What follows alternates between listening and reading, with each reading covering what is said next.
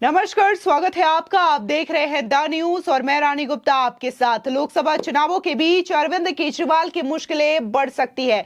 आपको बता दें, दरअसल चुनाव आदर्श आचार संहिता का उल्लंघन मामले को लेकर के बीजेपी नेता कपिल मिश्रा ने चुनाव आयोग से अरविंद केजरीवाल के खिलाफ सख्त एक्शन लेने की मांग की है। दरअसल आपको बता दें कि आज अरविंद केजरीवाल ने एक प्रेस कॉन्फ्रेंस का आयोजन किया था, जहां पर उन्होंने ये कहा कि मुझे परसों जेल जाना है और इसके लिए मैं तैयार हूं, जिसको लेकर के कपिल मिश्रा ने चुनाव आयोग से शिकायत की है और यह कहा है कि अरविंद केजरीवाल ने चुनाव आचार संहिता का उल्लंघन किया है और इस पूरे मामले को लेकर के संज्ञान लेना चाहिए। तो वहीं दूसरी ओर अरविंद केजरीवाल को स्वाति मालीवाल मामले में बड़ा झटका लगा है। आपको बता दें, दरअसल अरविंद केजरीवाल के बेहद करीबी निजी सहायक विभव कुमार की न्यायिक हिरासत को 14 दिनों के लिए बढ़ा दिया गया है। आपको बता दें कि आज ही विभव कुमार की पेशी 30 हजारी कोर्ट में की गई, जहां पर एक बार फिर से विभव कुमार को 14 दिन की न्यायिक हिरासत पर भेज दिया है।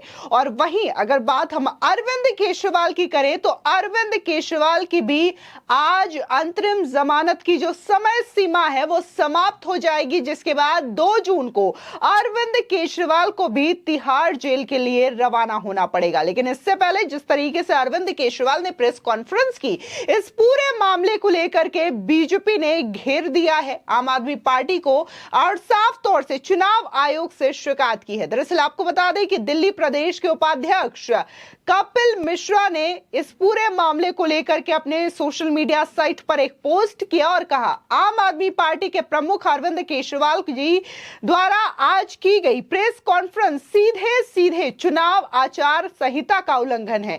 कृपया इसका संज्ञान लेकर आचार संहिता के उल्लंघन का केस दर्ज करके जांच कराने की कृपा करें। आपको बता दें कि इस पोस्ट में बाकायदा कपिल मिश्रा ने चुनाव आयोग को भी ट्रैक किया है और इस पूरे मामले में चुनाव आयोग को अरविंद केजरीवाल के खिलाफ संज्ञान लेने की अपील भी की है। आपको बता दें, दरअसल आज मुख्यमंत्री अरविंद केजरीवाल ने एक प्रेस कॉन्फ्रेंस को संबोधित किया और अपनी प्रेस कॉन्फ्रेंस में उन्होंने सुप्रीम कोर्ट का धन्यवाद किया। प्रेस कॉन्फ्रेंस में सीएम केजरीवाल ने कहा कि सुप्रीम कोर्ट ने मुझे चुनाव प्रचार करने के लिए 21 दिन की मोहलत दी थी। कल 21 दिन पूरे हो रहे हैं। परसों मुझे सरेंडर करना है।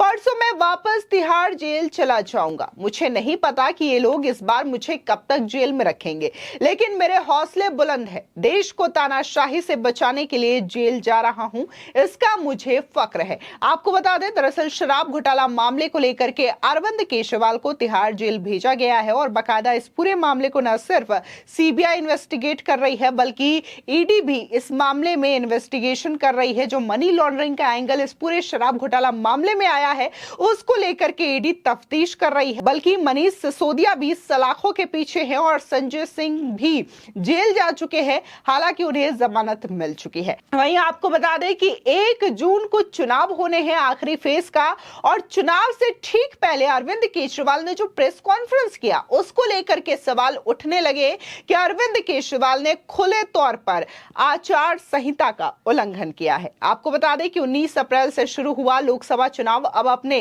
अंतिम चरण में पहुंच चुका है। 7वें और अंतिम चरण के मतदान के लिए चुनाव प्रचार गुरुवार को शाम 6 बजे ही थम गया था। 1 जून को 8 राज्यों और केंद्र शासित प्रदेशों के 57 लोकसभा क्षेत्रों में मतदान होगा। इसमें उत्तर प्रदेश, बिहार, हिमाचल प्रदेश, पंजाब, ओडिशा, पश्चिम बंगाल, झारखंड और चंडीगढ़ के निर्वाचन क्षेत्र शामिल हैं। चुनाव आयोग के दिशा निर्देशों के मुताबिक सभी सीटों के लिए सुबह 7 बजे मतदान शुरू होगा और शाम 6 बजे समाप्त होगा। 4 जून को चुनाव परिणाम का ऐलान किया जाएगा और अंतिम चरण की बात करें तो शनिवार को होने वाले मतदान में कुल 904 उम्मीदवार मैदान में हैं। कुल उम्मीदवारों में से 328 पंजाब से, 144 उत्तर प्रदेश से, 134 बिहार से, 66 ओडिशा से, 52 झारखंड से, 37 हिमाचल प्रदेश से और 4 चंडीगढ़ से है। बता दें कि 7वें और अंतिम चरण में जिन हस्तियों की शाख दांव पर लगी है, उसमें प्रधानमंत्री नरेंद्र मोदी, फिल्म एक्ट्रेस कंगना रनौत, रवि किशन, अनुराग ठाकुर, अभिषेक बैनर्जी, अफजल अंसारी, मनीष तिवारी, रविशंकर प्रसाद, पवन सिंह, चरणजीत सिंह चन्नी, मीसा भारती और हरसिमरत कौर बादल शामिल हैं। आपको बता दें कि इन तमाम दिग्गज नेता जो हैं इस वक्त चुनावी मैदान में हैं और आखिरी चरण में चुनाव होने हैं। लेकिन इन सब के बीच लगातार अरविंद केजरीवाल न सिर्फ दिल्ली बल्कि पंजाब में भी काफी ज्यादा घिरते हुए नजर आ रहे हैं और बीजेपी जमकर सवाल खड़े कर रही है। सुनिए पंजाब से जो बीजेपी नेता है विजय संपला, वो क्या कह रहे हैं अरविंद केजरीवाल के मामले को लेकर के। ये तो इससे तो लोगों को ही समझ में आ जाना चाहिए कि ये हाथी के दांत खाने के और दिखाने के और हैं, और सीधी सी बात है कि ये सही में ये मोदी को हराने के लिए इन्होंने दिखावे का गठबंधन किया और दिल इनके कहीं नहीं मिलते। ये जो हम बात सबसे पहले शुरू से कहते आए हैं कि ये हकीकत में इनके पास कोई एजेंडा नहीं है, क्योंकि इससे पहले भी भगवंत मान जी ने ये कहा था कि लोग कहानी सुनाएंगे कि एक थी कांग्रेस। तो एक तरफ तो वो कांग्रेस को ख़त्म करने में लगे हुए हैं और दूसरी तरफ उसको प्रोत्साहित करने के लिए कि अगर कल को सरकार मान लो कि अगर वैसे तो जो संभव ही नहीं है, दूर दूर तक संभव नहीं है, मगर मान लो कि तो उनका तो कहीं रोल भी नहीं रहेगा केजरीवाल जी का। तो इनका कहना जो है वो अपने आप में इनकी वो कहते हैं ना कभी कभी सच्चाई होठों पे आ ही जाती है, और ये सच्चाई होठों पे आ गई है कि हकीकत में इनके दिल कहीं नहीं मिले हुए, ये सिर्फ दिखावे के लिए हैं और लोगों को भ्रमित करने के लिए, और मोदी को कहीं ना कहीं उसके रास्ते का रुकावट बने, इससे अलावा इनका कोई काम नहीं। वहीं दूसरी ओर जिस तरीके से सुप्रीम कोर्ट से अरविंद केजरीवाल को फटकार लगी और उनकी याचिका खारिज की गई है, इस पूरे मामले को लेकर के चांदनी चौक से बीजेपी प्रत्याशी प्रवीण खंडेलवाल ने भी बड़ा हमला केजरीवाल पर बोला है और उनका यह कहना है कि सुप्रीम कोर्ट का फैसला पूरी तरीके से सही है। इतना ही नहीं, उन्होंने दिल्ली में जो समस्या है, आम जनता जिससे परेशान है, उन मुद्दों को भी गिनाने की भरपूर कोशिश की है। सुनिए प्रवीण खंडेलवाल का ये बयान। देखिए सुप्रीम कोर्ट ने बिल्कुल सही किया है। एक तरफ तो केजरीवाल जी मेडिकल आधार पर कह रहे हैं कि मेरी जमानत को आगे बढ़ाया जाए, दूसरी तरफ वही केजरीवाल जी दिल्ली में भी उन्होंने चुनाव प्रचार किया तो तबियत खराब नहीं हुई। अब पंजाब में पूरी गर्मी में चुनाव प्रचार कर रहे हैं तब तबियत नहीं खराब हो रही है। तबियत कब खराब होती है? जब कोर्ट के आदेश के अनुसार 2 तारीख को जेल जाना तय है, तो वो कह रहे हैं कि मुझे मेडिकल आधार पर मेरे को जमानत मेरी जारी रखी जाए। सुप्रीम कोर्ट ने सही निर्णय लिया है और अब उनके पास में कोई विकल्प नहीं बचा। 2 तारीख को कोर्ट के आदेश के अनुसार उनको वापस तिहाड़ जाना पड़ेगा। देखिए, प्रथम दृष्टया विभव कुमार आरोपी पाए गए, इसलिए कोर्ट ने उनको हिरासत में रखने का आदेश दिया। अब एक आरोपी ये कहे कि मुझे इलीगल अरेस्ट किया, तो वो सिर्फ इसलिए है कि वो उस जांच से बचना चाहते हैं, उस हिरासत से बचना चाहते हैं। हिंदुस्तान का कानून इतना कमजोर नहीं है कि वो इस तरीके से उनकी बात को मानेगा, और कानून का सामना तो उनको करना पड़ेगा।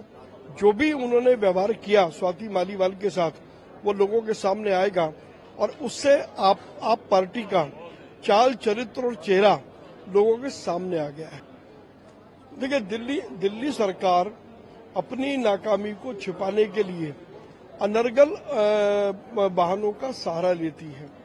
पिछले 10 सालों में केजरीवाल की दिल्ली सरकार ने पूरी दिल्ली की उपेक्षा की है। हर गर्मी में पानी की प्रॉब्लम आती है, या तो जल मिलता नहीं है, और जल मिलता है तो इतना गंदा होता है कि उससे आदमी बर्तन भी नहीं धो सकता। तो केजरीवाल जी ने पिछले 10 सालों में क्या काम किया? हर बार वो हरियाणा ने नहीं दिया या इसने नहीं दिया, पहले वो पंजाब का भी नाम देते थे, अब पंजाब का नाम इसलिए लेते क्योंकि वहां पर उनकी खुद की सरकार है। तो केजरीवाल जी की जो पूरी राजनीति टिकी है वो भ्रम का वातावरण बनाने में और आरोप लगाने में उनकी पूरी राजनीति टिकी है। लेकिन दिल्ली की जनता इतनी मूर्ख नहीं है, वो सब समझती है, और इसीलिए 4 जून को दिल्ली की 7 सीटें भारतीय जनता पार्टी बड़े मार्जिन से जीत रही है। अगर 100 से भी ज्यादा प्रतिशत हो तो मैं उतना आश्वस्त हूं, क्योंकि मैंने देखा है कि किस तरीके से भारतीय जनता पार्टी के समर्पित कार्यकर्ताओं की बड़ी श्रृंखला ने जीत तोड़ मेहनत की है।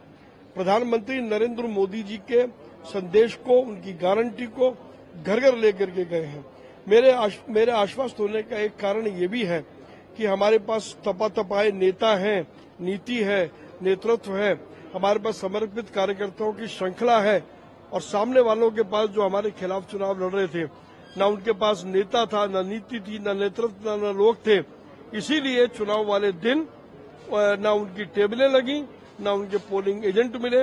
तो लिहाजा जिनकी धरती खुद की कमजोर थी, वो दूसरी कमजोर धरती वाले से मिले और दोनों ने मिलकर के चुनाव जीतने की कोशिश की, लेकिन उनकी ये कोशिश नाकामयाब हो गई और चुनाव दिल्ली में भारतीय जनता पार्टी जीत रही है। आपको बता दें कि 1 जून को 7वें और अंतिम चरण का चुनाव होना है। ऐसे में तमाम नेताओं की भरपूर तैयारियां देखने को मिली, तमाम नेताओं ने रैलियां भी की और अब बारी जनता की है। जो जनता अपने अपने क्षेत्र में है, यानी कि 1 जून को जहां जहां वोटिंग है वहां पर जा करके अपना मतदान जरूर करें। और इस पूरे मामले को लेकर के आपकी क्या राय है, कमेंट सेक्शन में जरूर बताएं। धन्यवाद।